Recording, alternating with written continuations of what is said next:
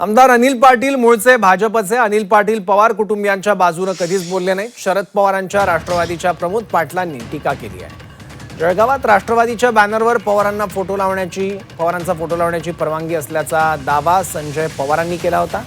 यावर अनिल पाटलांनी प्रतिक्रिया देत तो त्यांचा वैयक्तिक निर्णय असून पक्षाच्या बॅनरवर शरद पवारांचा फोटो लागणार नाही असं वक्तव्य केलं होतं। त्यांच्या याच विधानावर प्रमोद पाटलांनी टीका केली।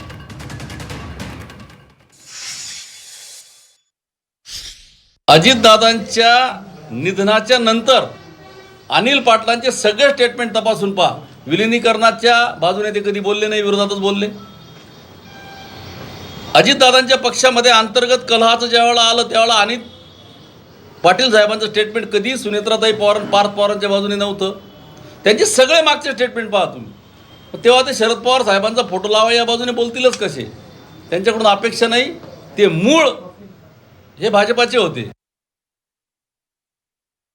पवार साहेबांचा राष्ट्रवादी काँग्रेस पक्षाच्या बॅनरवरती फोटो लावायचा असेल तर तसा निर्णय राष्ट्रवादी काँग्रेस पक्षामध्ये झालेला नाही आणि तो होणार पण नाही। तो त्यांच्या वैयक्तिक स्तरावरती ते निर्णय घेत असतील, ते त्यांच्या वैयक्तिक कार्यक्रमांमध्ये लावू शकतात, पण पक्षीय कार्यक्रम जिथं असेल तिथे फक्त सुनेत्रा वहिनींचाच फोटो असेल किंवा राष्ट्रवादीचे अजितदादांचाच फोटो असेल, ही पक्षाची ठाम भूमिका आहे।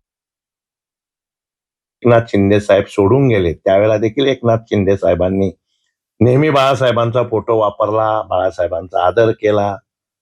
उद्धव साहेब ठाकरेंनी नाही सांगितलं तरी एकनाथ शिंदे साहेब बाळासाहेबांचा फोटो वापरतायत। आणि काही तांत्रिक अडचणींमुळे पवार साहेबांनी आम्हाला जो नकार दिला होता फोटो वापरण्याचा, तो एक धागा पकडत मीच एक आमचे आणि पवार साहेबांचे कौटुंबिक राजकीय सामाजिक संबंध असल्या कारणाने पवार साहेबांचं नातं आणि माझे वडील स्वर्गीय मुरलीधर पवार यांचं नातं सगळ्या महाराष्ट्राला आणि जिल्ह्याला माहिती आहे।